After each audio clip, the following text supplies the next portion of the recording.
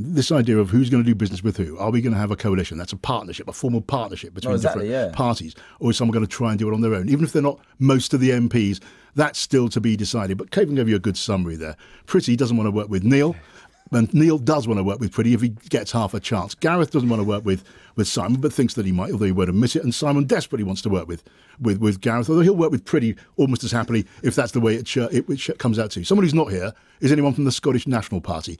They're not going to end up working with anyone. Don't believe anyone who tells you anything differently. But we're going to be talking about all of that for the next 4 weeks or so. And we are going to be talking, John, we are going to be talking to the Scottish National I've done a week of it. Does that all make sense, Joey? If it was a card game, it does, would be happy families. And the other thing is very simple, Simon. which is that it's better to be in government than in opposition. So in the end, if there's a chance of being in the place where you can pull the levers and make the decisions, it's better than being in the stands shouting at people. Right. I've got to wrap up this bit. It's been interesting and fun. But what did you make of what you've heard over the last half an hour?